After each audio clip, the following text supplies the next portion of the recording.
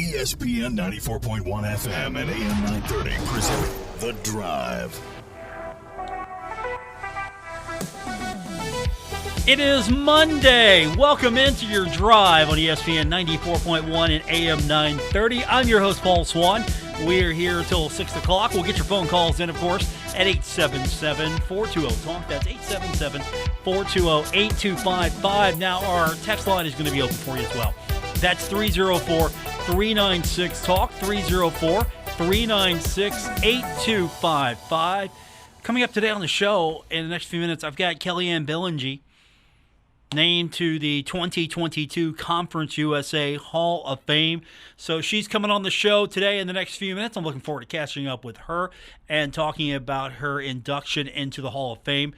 Just because Marshall's out of Conference USA doesn't mean there's still some Conference USA business to attend to. So congratulations to her. Speaking of conference affiliation, we're going to really get into it. The rankings are out. The preseason rankings are out. Where did the herd finish? We'll talk about it. But I want to talk about, before we get into any of this, because, of course, we got Sun Belt teams to talk about today, all of that. We got to talk about TBT. Yesterday, Herd that won its first round game, beat the Founding Fathers 77-71. It was a competitive game, actually. I mean, at first, the Founding Fathers got blitzkrieged. Herd that just came out and started rolling, and then Founding Fathers fought their way back, and I thought that was a really good game. It was competitive. I enjoyed it. Sure, I love blowouts, especially when it's my team doing the blowing out, but I enjoyed that game. And then we got to the Elam ending, and people were just excited because we knew what the target score would be. And you get to the Elam ending, and this was even better because it was tied, 69 each.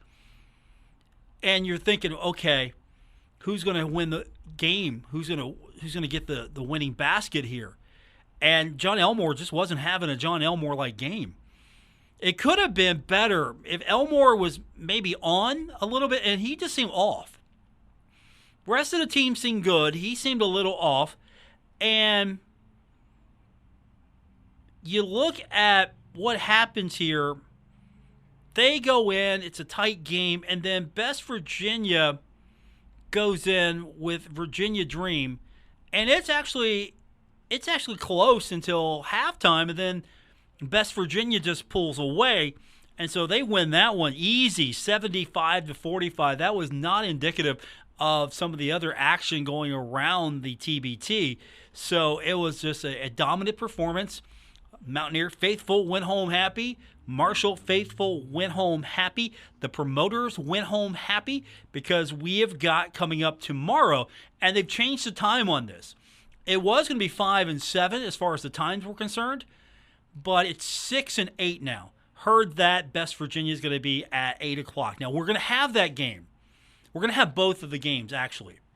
So we're going to have War Ready and the Buccaneers. Buccaneers? Is that what they're saying? I don't know. I didn't actually watch that game. That was the one I didn't watch. But War Ready and the ETSU team taking on the winner of Best Virginia and Heard that. We're going to have the championship game. We're also going to have Best Virginia and Heard that. But it's going to be 6 o'clock and 8 o'clock with our air times. And then we'll have the championship game no matter which team is in. And if Best Virginia or Heard that advances, goes to Dayton, I believe we're going to be able to have that game too. So we can go as far as one of these two teams will take us. So I'm looking forward to all of that. That's coming up tomorrow. And good job once again by Heard that and Best Virginia. We get the matchup we want. I think everybody's excited about that. It was a good crowd at the Charleston Coliseum yesterday. Nice crowd showing up, supporting both teams. Of course, it was a little more favored towards WVU's side of things, obviously. There were more Mountaineer fans there, but, there were fans for both schools supporting both games. I think we all want to see it. We just want to see that matchup. And I already got a couple of messages on social media, and it was like, hey, Paul, you got to hype this up. People have got to show up. People have got to come out. So here it is. This is my official plea to Herd fans. Hey, you got to go and support. You got to show up, right? You got to show up. And the times are better now. So if you're coming from Huntington or the immediate area, game's at 8.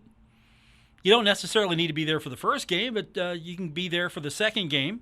So you got a little bit more time. If you can't make it, of course, I got you covered right here on ESPN 94.1 at AM 930. But you got to show up, right? Everybody's got to get there. I mean, let's make this a big event is what I was basically being asked to help do. So I'm doing that. I'm hyping up Heard That and encouraging you to go wear your Kelly green or buy some Heard That swag and go support big game tomorrow. And we're talking about, okay, we got some older guys here. They didn't make the NBA or they were in the NBA. We got some older guys. No, the hoops have been pretty good so far. I think what you're seeing is you're seeing a lot of talent that's just outside of the NBA. And maybe some talent that still could be in the NBA. And a lot of guys trying to get back into maybe a shot at playing in the NBA or at least getting a look. A lot of players are coming from overseas, so they're playing competitive basketball. It's pretty good basketball so far. I've been happy with. When I watch it, I'm not looking at it going, okay, this is just some guys playing basketball, forming some teams. No, I mean these are really. I mean they're playing for $1 million.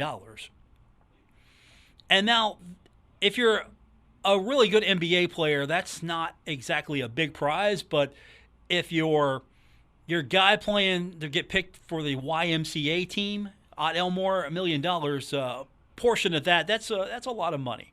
That's a lot of money there for these guys. So they're playing like it's playing for $1 million. But the promoters get the dream matchup. We all get the matchup we wanted. Heard That and Best Virginia. So that's coming up tomorrow. We go on the air with that about 6 o'clock. 6 o'clock is going to be our time because we've got Pirates baseball tomorrow. We'll tell you about all of that, but we won't have a show tomorrow. Just me today and then me on Wednesday. It's going to be baseball, and then we'll go into a little bit later on in the night into basketball. So that's what it looks like, but we digress. Let's get into what we're going to do. When we continue, we start off with Kelly Anne-Billingy. She is now a member of the Conference USA Hall of Fame. We'll talk to her when we continue with this edition of The Drive. This is The Drive with Paul Swann on ESPN 94.1 FM and AM 930. Welcome back to the Monday, July 25th edition. The Drive continues on ESPN 94.1 and AM 930. Last week we got the great news that one of Marshall's all-time greats is now a member of the Conference USA Hall of Fame, and we have her now on the program. As I mentioned, Hall of Famer already for Marshall Athletics. Now she has Conference USA to add to that resume. She is one of the all-time leaders in volleyball. Kelly Anne-Billingy joins us. Congratulations. That's an honor. Now, not only are you in the Marshall Hall of Fame, you're in the Conference USA Hall of Fame. So, the trophy case, the resume continues to grow.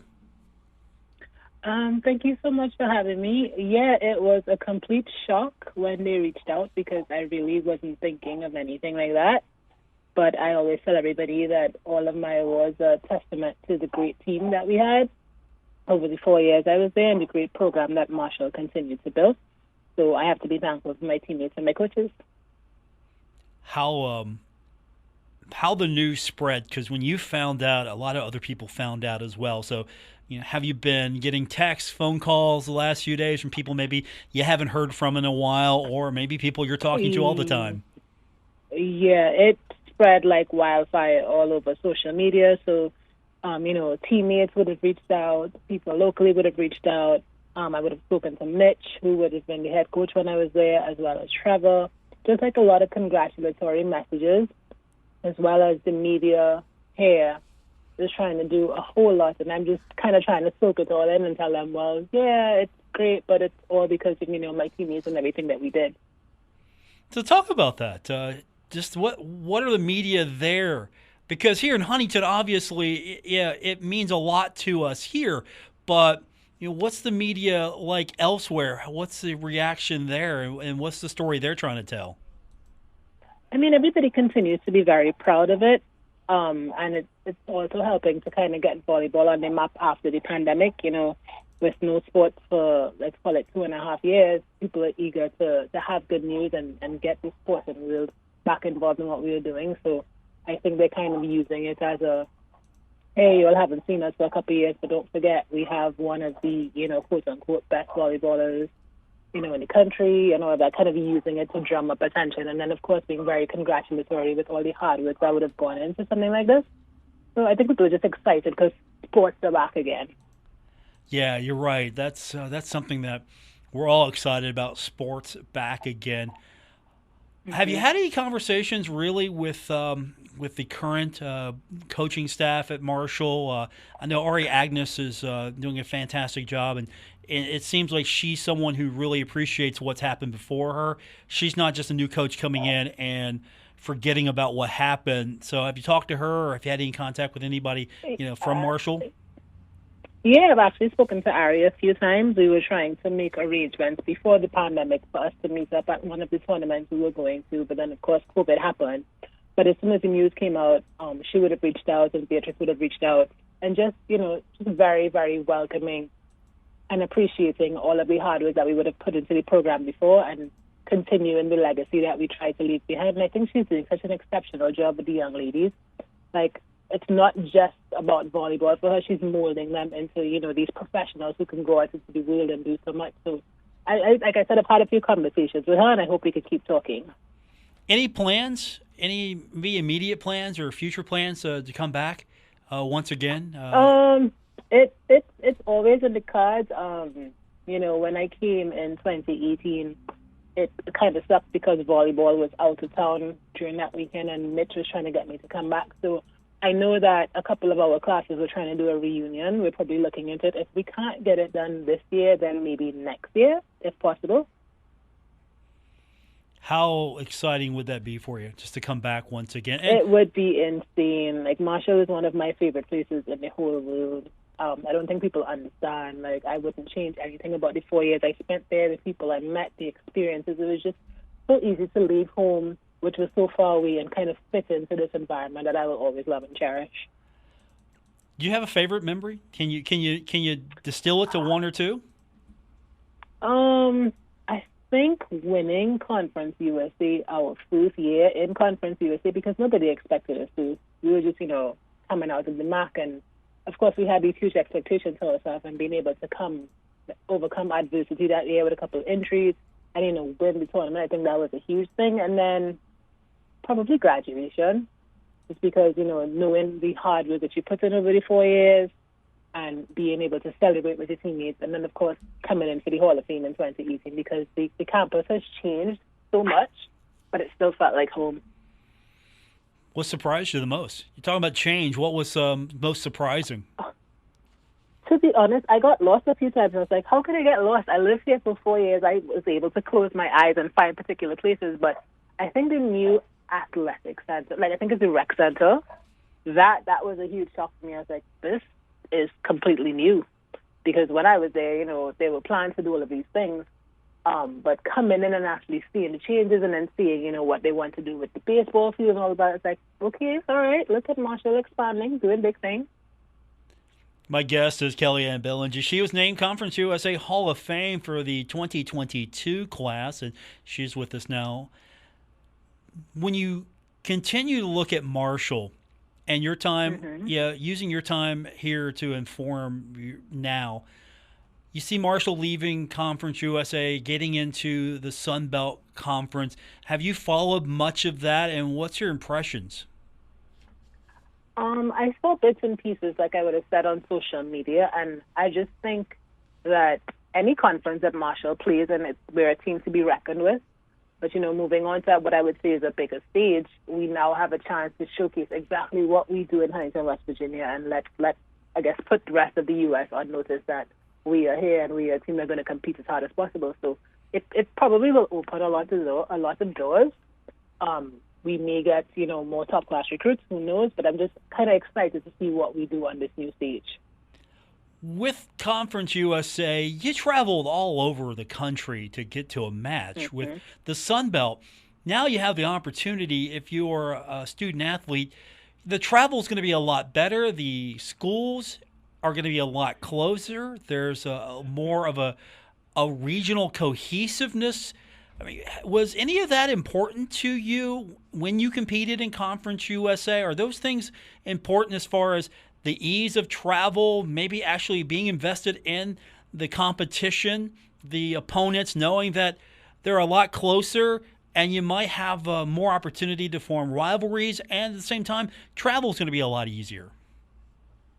I think forming new rivalries would be important because it's something that will challenge people on a daily basis. But something else I'm looking at with the travel being, a lot closer and easier to manage, we may even be able to have more of a fan base for different schools that we travel to, because sometimes in Conference USA you would travel so far that, you can't get your parents and your friends to come and support.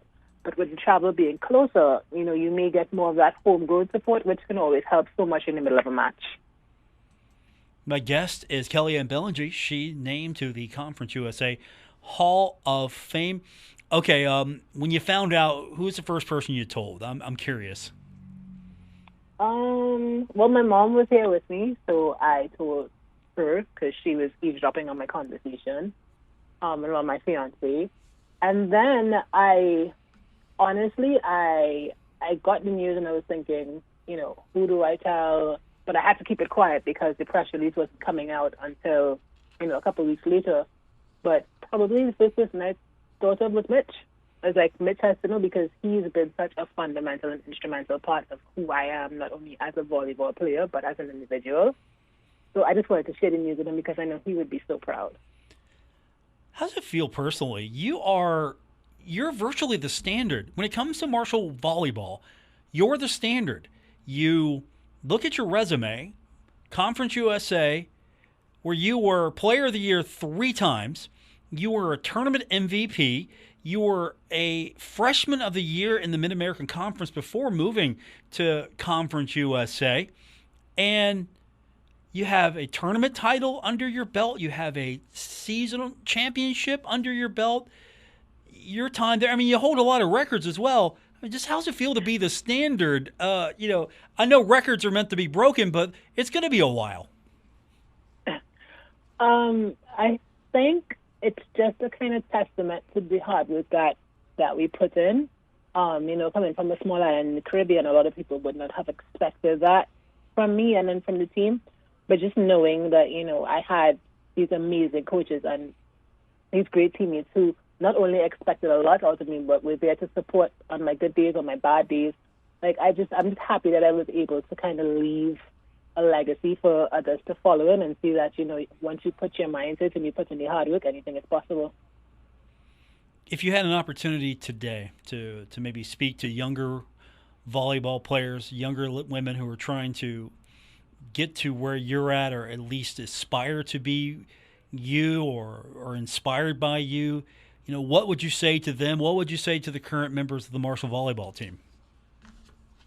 I would tell them, and this is something that we learned when we came in, they are a student athlete. That student is the first thing, it's the most important, but also use what you learn on the volleyball court in your life, because we learn so many lessons about being resilient, about, working hard, not just for yourself, but for your teammates, about setting goals and then trying to accomplish them and then setting greater goals. So I would say be determined. Don't let any setbacks that you may face, deter you from what you're trying to accomplish, because we all face setbacks.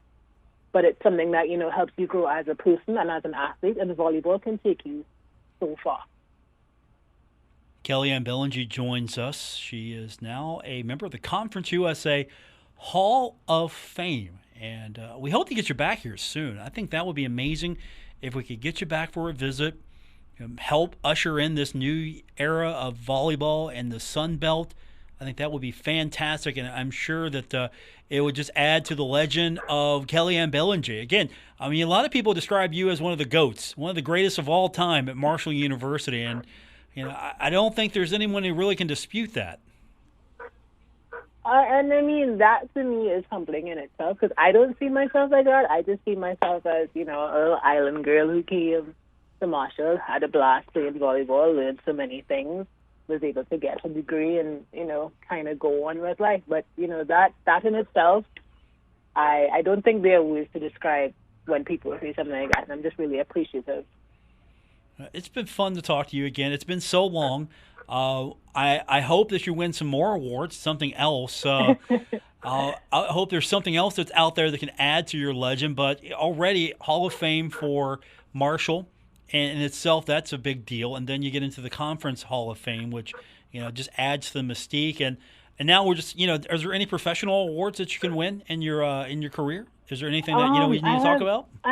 I have no idea, but if it happens, I will definitely let you know. Looking forward to it. Hey, thanks for doing this. I appreciate it. I hope that some more great things come your way, because you're so humble. There's so much success that have come your way and hopefully continues, but yet you've always been so just refreshingly appreciative of all of it, even though you worked hard for it.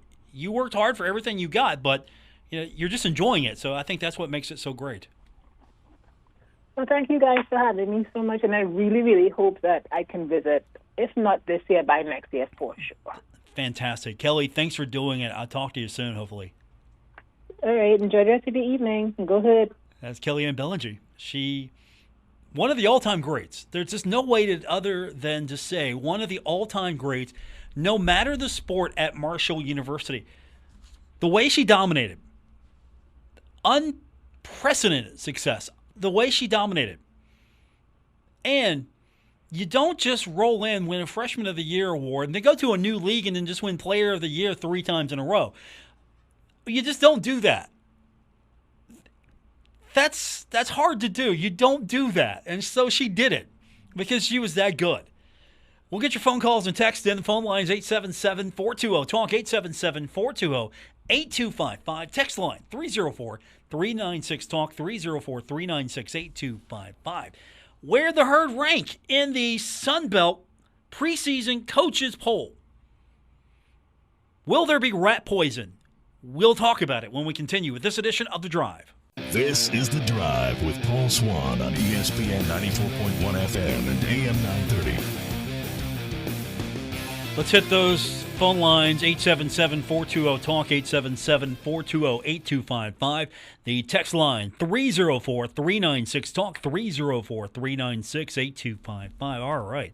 Sunbelt Media Day is happening tomorrow and Wednesday. We are going to start breaking down everything that has happened from Media Days all this week. And we start with today's announcement of all the preseason awards. That includes Player of the Year. I was asked this question earlier. How can you have this was someone who doesn't really follow this. It's like, how can you have preseason? Well, because that's basically, it's a watch list. And you've got the preseason coaches poll. So basically, preseason coaches poll comes out, East Division and West Division.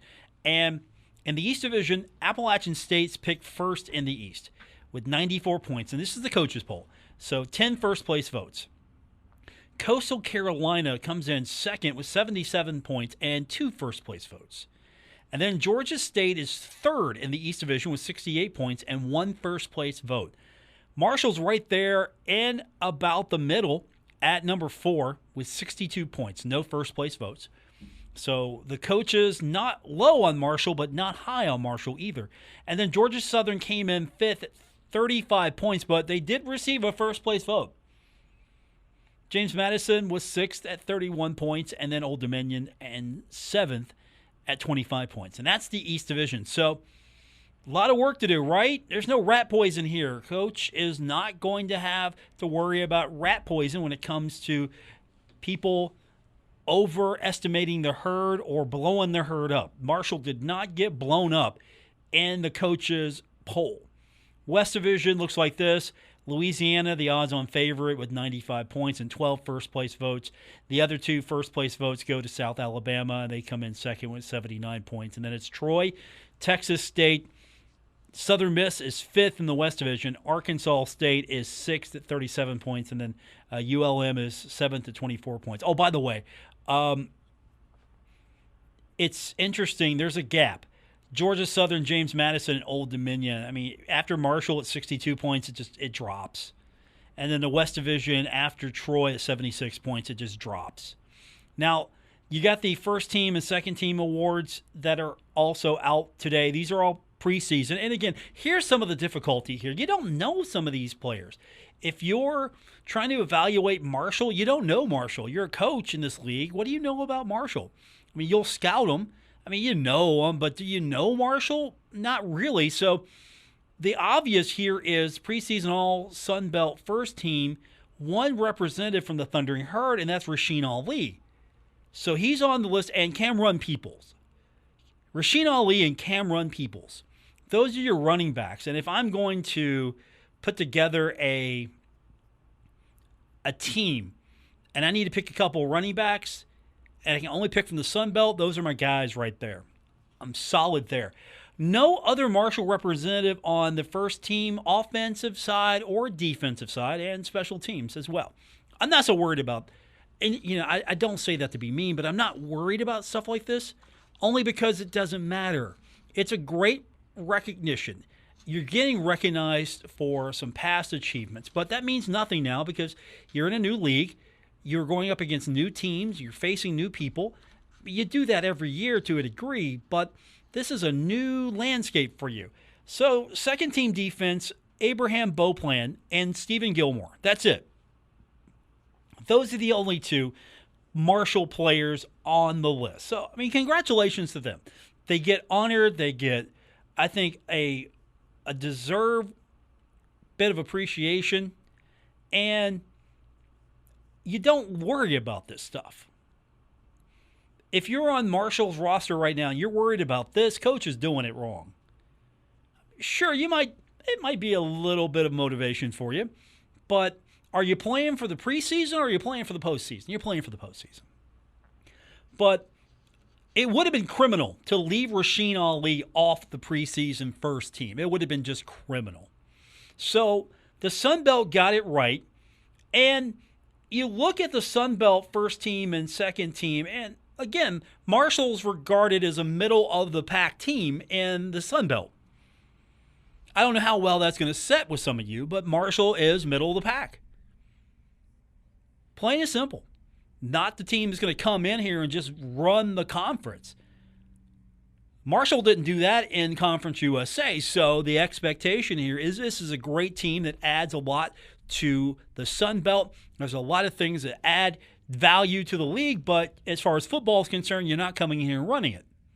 At least that's what the coaches are estimating. Now, what happens during the regular season, we will find out. But you get my point here, that you're picked 4th. So the good news is they don't think you're bad, but they don't think you're going to necessarily come in and be the team to beat.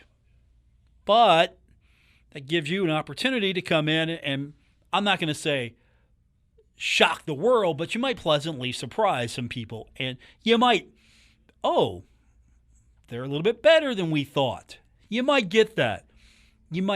But if I was picking this thing today, honestly, I don't know without seeing the Sun Belt in a yearly basis to form a longer opinion.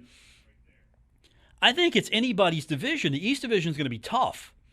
I think App State, Coastal, Georgia State, my impression of them is higher now. And Marshall, these are going to be the 4 that fight it out. I really think of these 4 teams, any one of those 4 can win the East Division. On the West side, until someone shows me otherwise, it's Louisiana all the way. No disrespect to South Alabama or Troy. I mean, Texas State as well.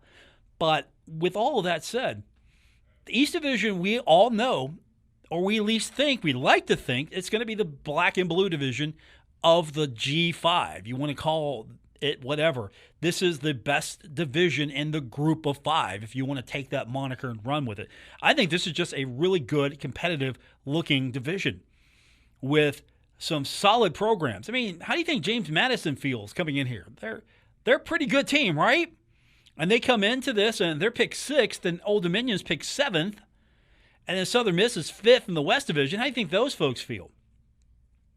Not pretty good. Old Dominion did get a couple of players on the preseason All Sunbelt first team on the offensive side, and that was about it. I'm looking at the first team defense, and it's Coastal, it's Troy, it's Georgia State, it's Arkansas State. You know, it's the usual suspects in the Sun Belt here.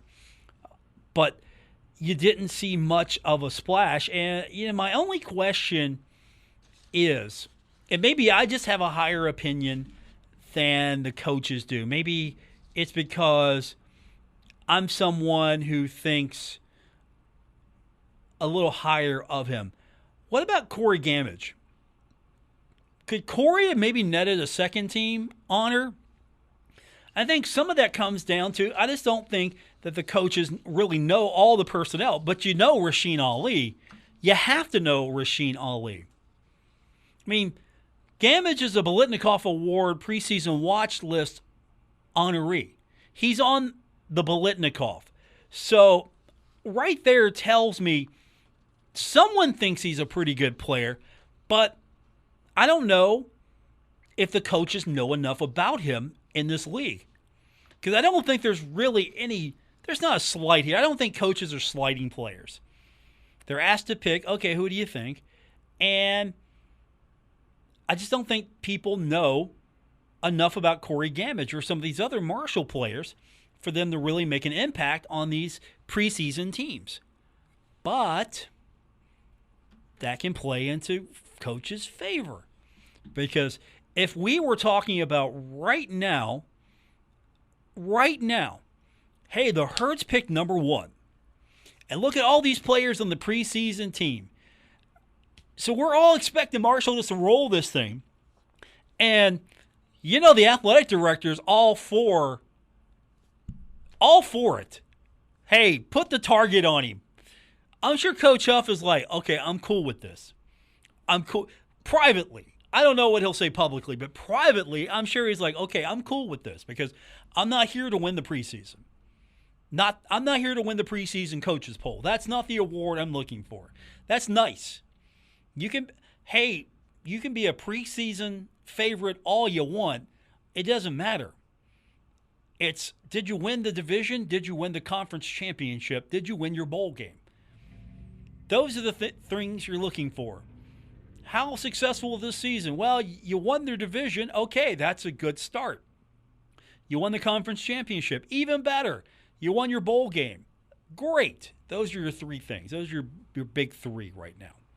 We will get your phone calls in. We'll get your text in. The phone line is 877-420-TALK, 877-420-8255. Toll free.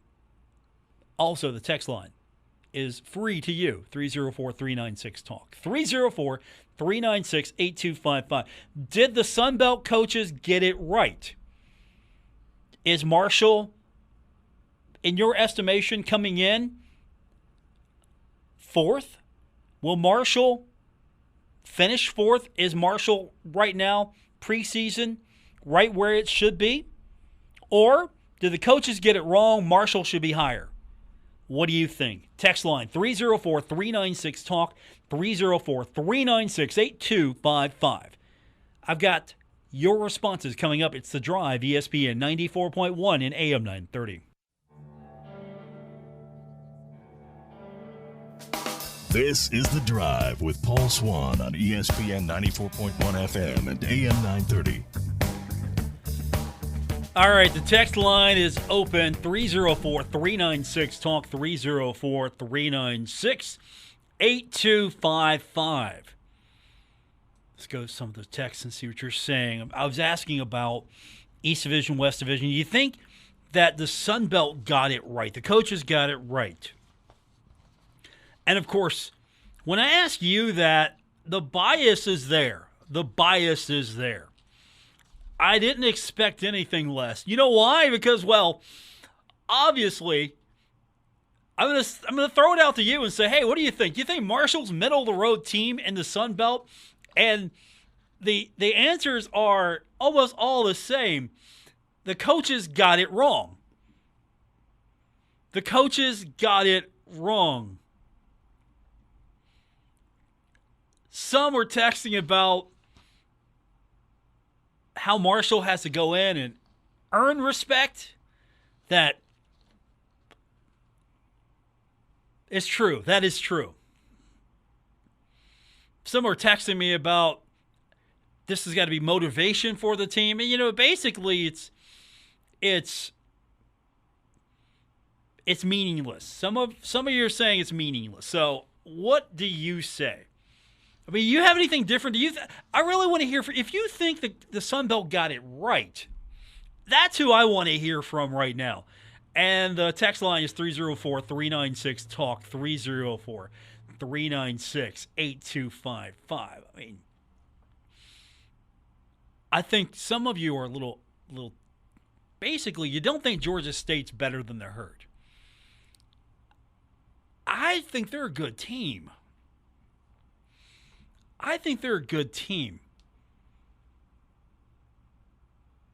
Would I have put them ahead of the Herd? That's all right. If I was doing the East, you can get mad at me if you want. That's fine. If I was doing the East, App State 1, Coastal Carolina 2, Marshall 3. I would flip Marshall and Georgia State if I was doing this. Marshall 3, Georgia State 4.